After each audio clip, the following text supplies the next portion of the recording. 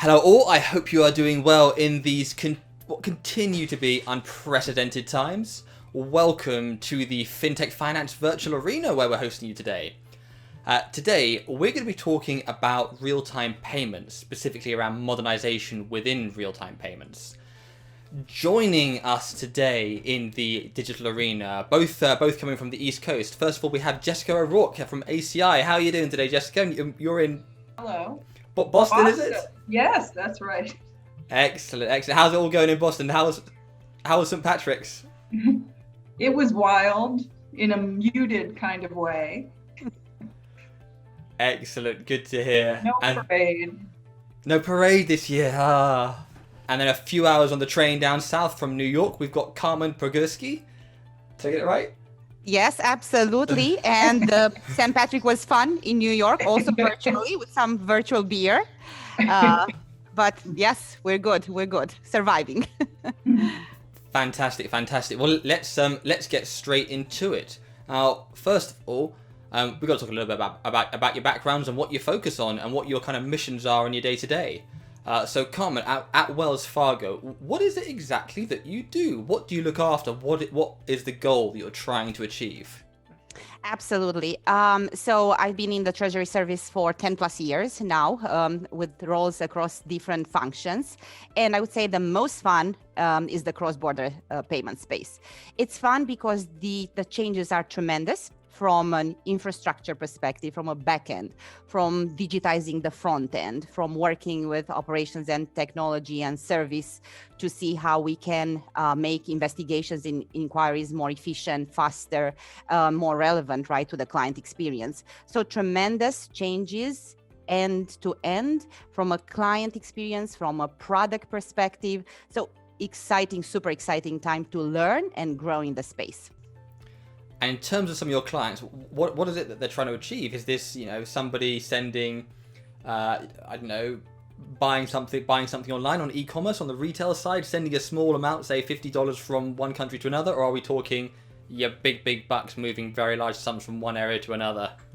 Absolutely, we are talking about both, right? So Wells Fargo, it's a huge US bank with tremendous presence. I think we have more than 100 million customer accounts. On the retail side, so we are servicing retail sites for their cross-border payments. We are servicing small businesses. I think we have like 60% market share. We're servicing commercial customers, corporates, as well as financial institutions.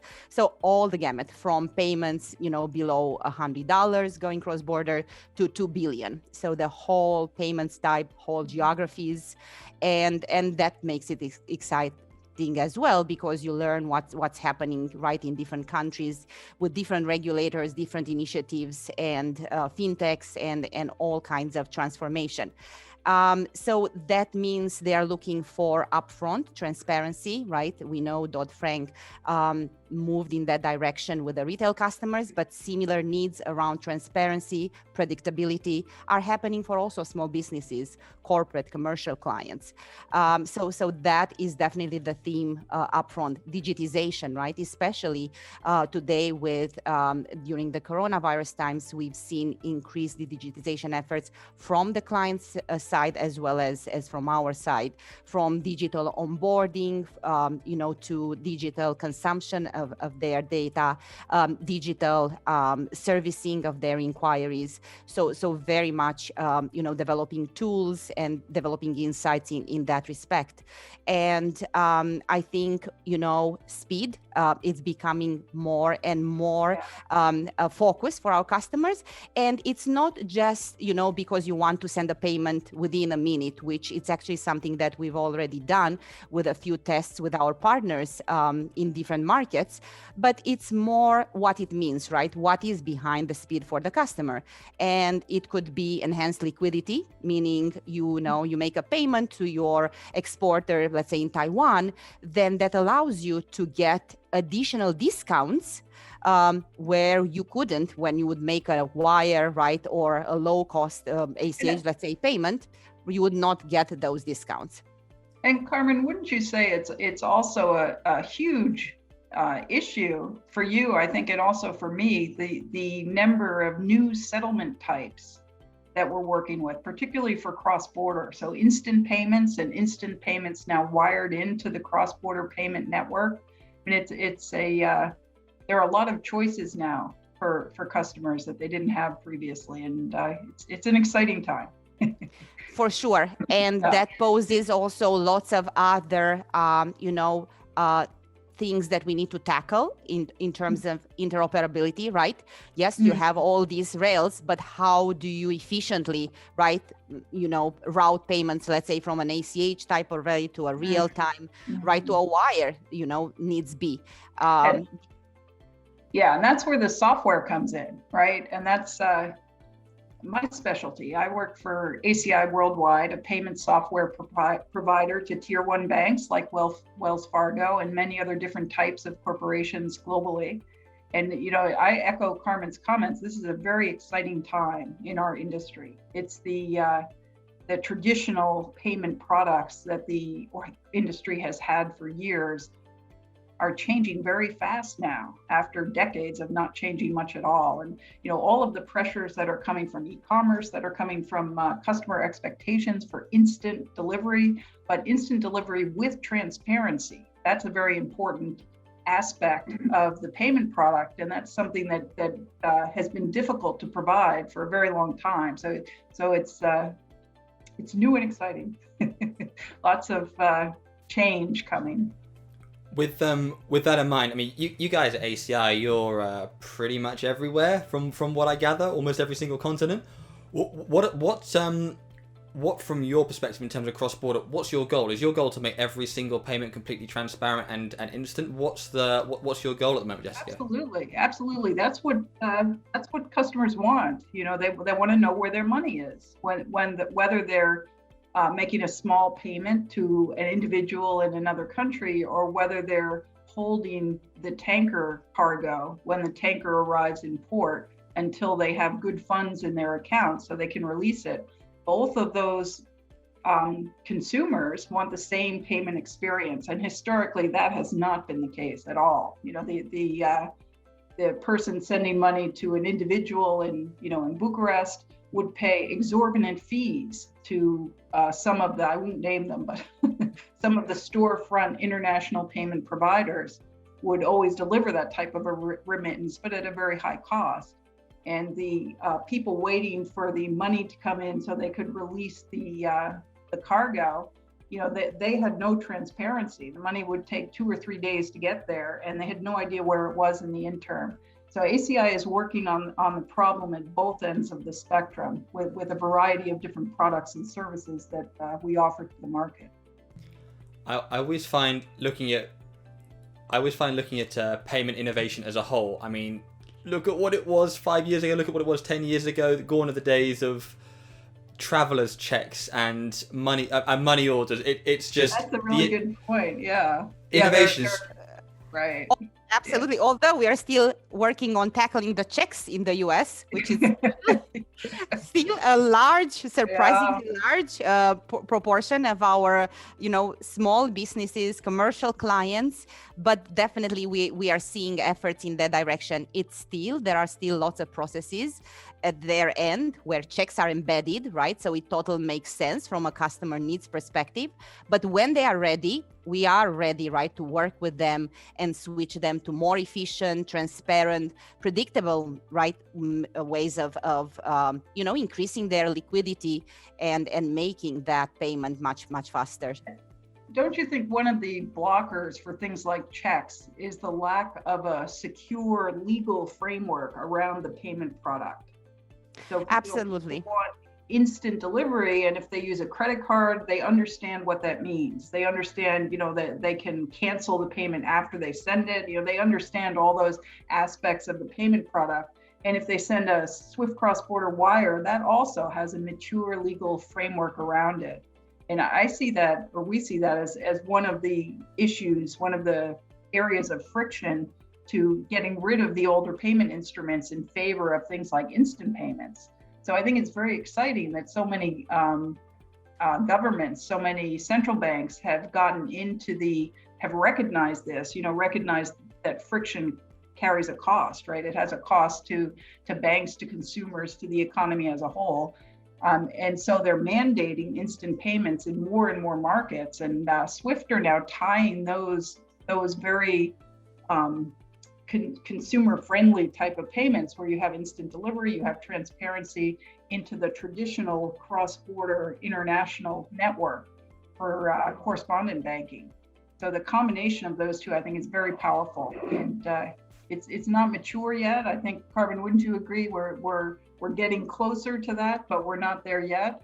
Yeah, I think the ecosystem is moving in that direction a bit, but I also think that I think the customers, right, more importantly, as I mentioned before, need to get ready in terms of their resources, in terms of their processes, in terms of, being ready to consume what we are offering. That's why we offer all payment types. We offer all, channels of interaction with us. When you're ready, we're going to wait, to embrace them and help them along the journey. So as a consumer, here in the UK, obviously we have the Faster Payments Network. I bank with literally everybody. And what is incredible is multiple times on the Faster Payments Network, I will send a payment from one bank to another. I will get a notification that the money's been received, often before the notification telling me that it's gone through. It is literally seconds. That's on the consumer side. So looking at this around cross-border, what do you think has been driving some of this innovation? Is it that customer expectation, or is it industry regulations pushing to innovate, or is it the fact that the technology is now at your fingertips? Yeah, it's probably all three. It's absolutely all three, right? I think the regulatory push and embracing fintechs and bringing new parties in the ecosystem, it's extremely smart, and I think it helps with efficiencies end to end. Technology for sure, I think it's the main driver, from ISO, who's gonna help so much interconnectivity between all these payment types. Will help processing efficiencies and so on, to migration, to new back end infrastructures, which are extremely effective and extremely flexible, for us, APIs, and the rest of the slew of technology. So definitely technology, it's a big helper. And I think, you are mentioning in terms of seconds, actually cross-border payments. We ran a few months back a test in UK with Lloyds and Barclays, and our fastest payments cross-border was below a minute. I think it was 30 or 40 seconds. And the entire payment test that we ran, everything was just above a minute. So that's where we are taking, we want customers like you and us to have the same experience for the cross-border payments in terms of transparency, cost, speed, as they have for their domestic payments. And that's really innovative, Carmen. If you contrast the what you did with faster payments in the UK with the kind of traditional cross-border payment model, that's quite a different delivery. And I think we should focus on transparency too. That's another huge change. In the traditional model, when payments transited countries for funds to be delivered, these are larger payments now, not credit card payments, right? There was each country that processed the funds had a certain set of compliance regulations that they had to comply with. So in the case of the tanker trying to release the cargo, when the funds were sent, each of the countries would have to scan the payment details to determine if there was, a terrorist, the name of a terrorist embedded in the recipient field. And so that resulted in sometimes taking several days for the funds to get from point A to point B. And I think the technology is huge, and that's having the technology in place to physically deliver the funds that quickly, which immediate payments is bringing to the industry in the UK and many other markets. That's huge. I don't downplay that at all. But the compliance side is a big factor, which the technology hasn't thus far addressed effectively. SWIFT have implemented GPI. Carmen, maybe you want to comment on that a bit, which has helped a great deal with transparency. But I think the thing that's really going to help solve or improve the compliance problem is the advent of the structured ISO 20022 format. Absolutely, both I agree. Just both ISO as well as GPI, right, have tremendously help us bring the transparency of the payment, transparency of the amount the beneficiary received, the currency, the effects, right, where it happened, right, if there were any type of fees, deductions applied to the payment, and we can bring that to the customers up front, show to them across all the corridors that they do business how it looks like, right, be able to work with them in a smart way based on their data and based on information in those markets, to advise in terms of different right pricing strategies that in turn, right, they can apply to their flows if we're dealing with a fintech or with a aggregator, right, type of customer. So definitely the transparency from GPI and the standardization, we are just scratching the surface in terms of ISO. I think the Europeans are much more advanced in terms of deploying ISO in their systems, as well as with the ecosystem, with market infrastructures and such. But it's coming to the US. It's coming, fast and furious, and we are ready, right, to embrace it, because we see the benefits. We see the benefits from an efficiency perspective, from building new solutions for customers, from a processing, from a sanctions perspective with the rich data, from a regulatory reporting. So throughout, it will impact tremendously all our ecosystem. Let's delve into ISO. So first of all, I did a bit of research into ISO around. I didn't know it meant the International Standards Organization. I do now. What an incredible organization! It is literally a miracle, the fact that it operates as efficiently as it does. When you bear in mind how many countries and conflicting needs there are all over the world, it's pretty much a wonder of the world. What are these cold, hard benefits that we're seeing from ISO 20022? What are some of the black and white benefits that will come to, obviously, you as the bank, you as the tech provider, but also Wells Fargo's customers? Absolutely. Go ahead, Jessica. Well, I was just going to comment relative to my compliance point before. The ISO 20022 is going to make it faster and more efficient to do compliance scanning of cross-border payments. And how is it going to do that? It's a structure, right?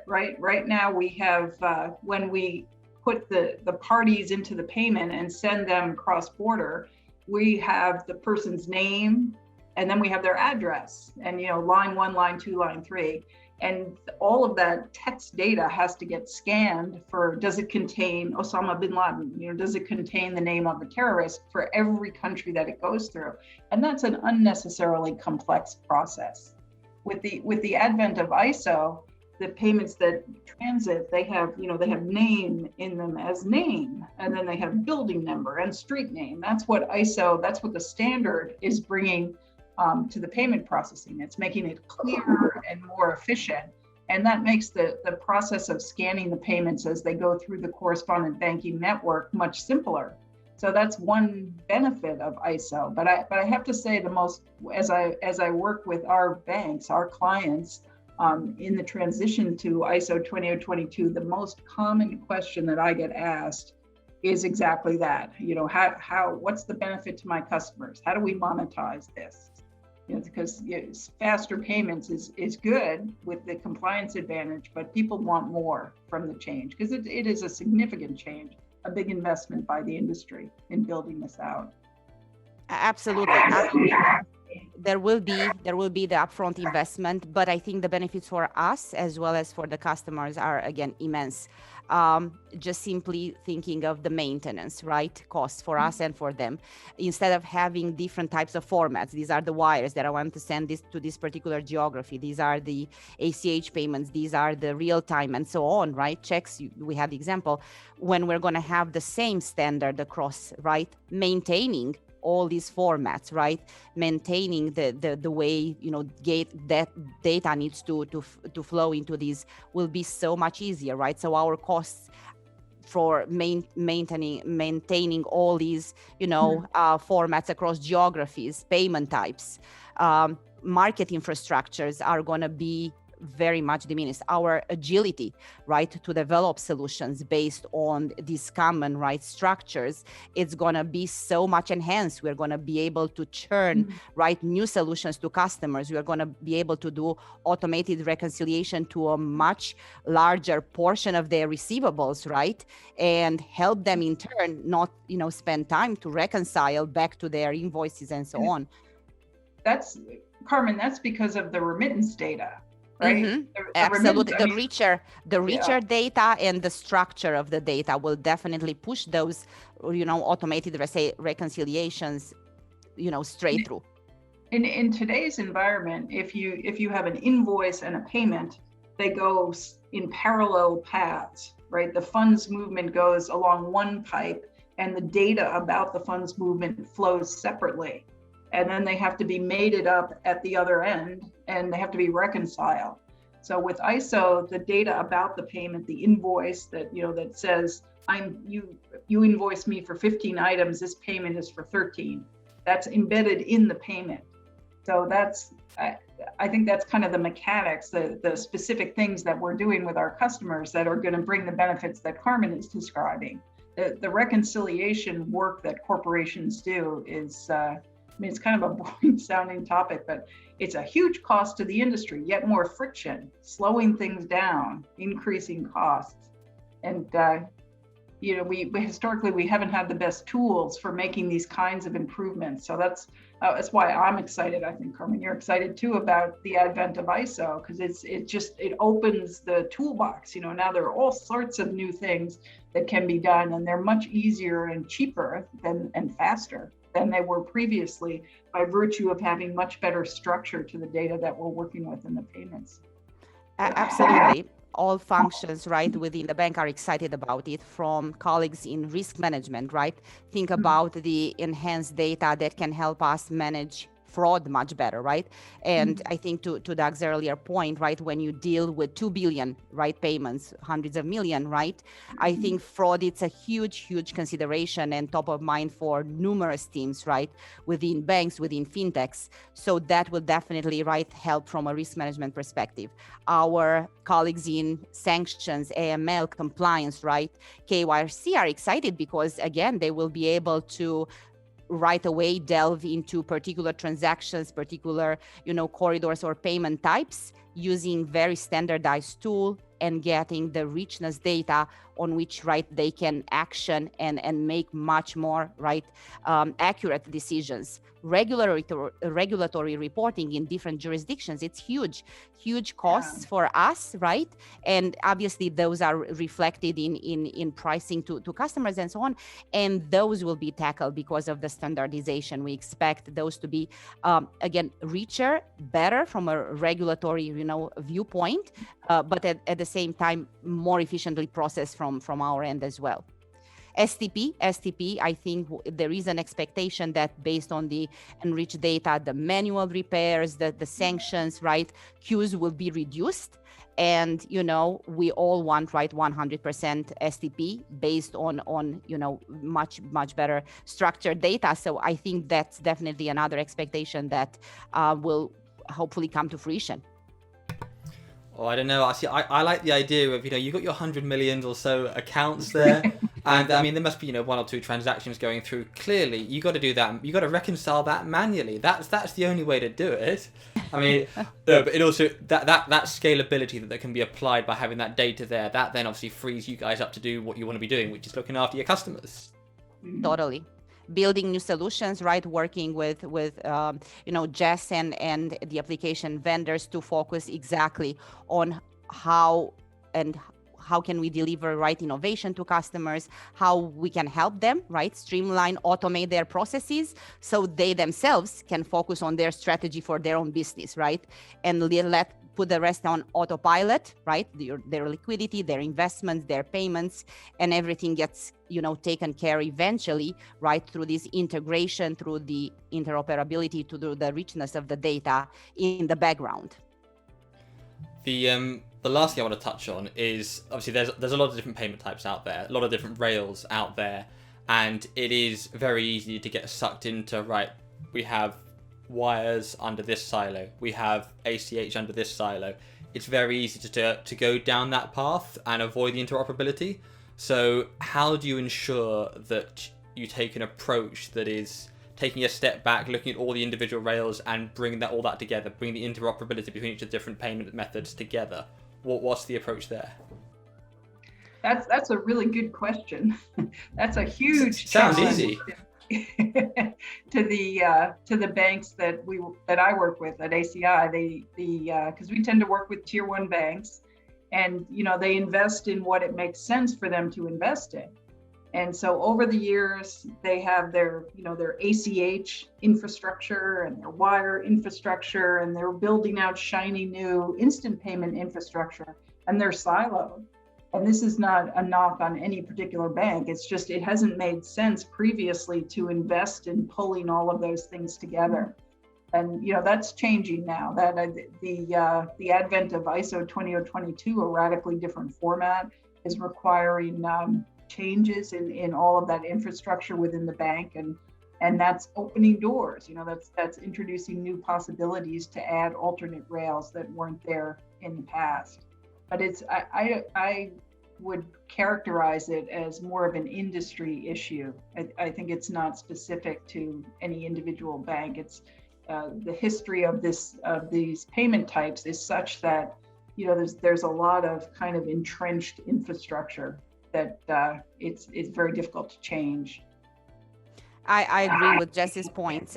So migrating right to infrastructures, to platforms that operate on all rails, right, and have translations embedded into them, I think it's very important. And probably all major banks are moving in that direction as we speak.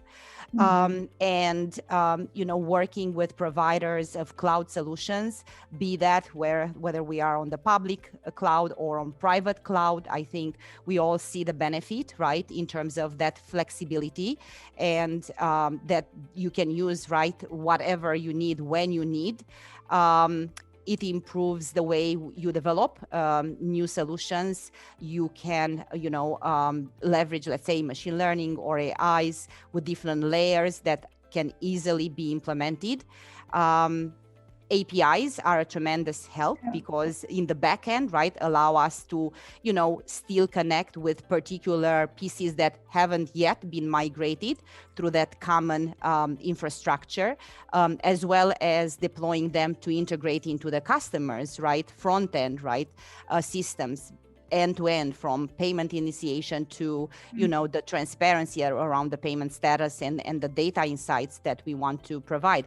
So tons of moving pieces on top of, right, the ISO that we just discussed, which will help with this interconnectivity that will, help with the transition and the transformation of the back end and the payment delivery. Excellent. Well, guys, thank you so much for taking the time to speak with me today. I've definitely learned a lot more about ISO.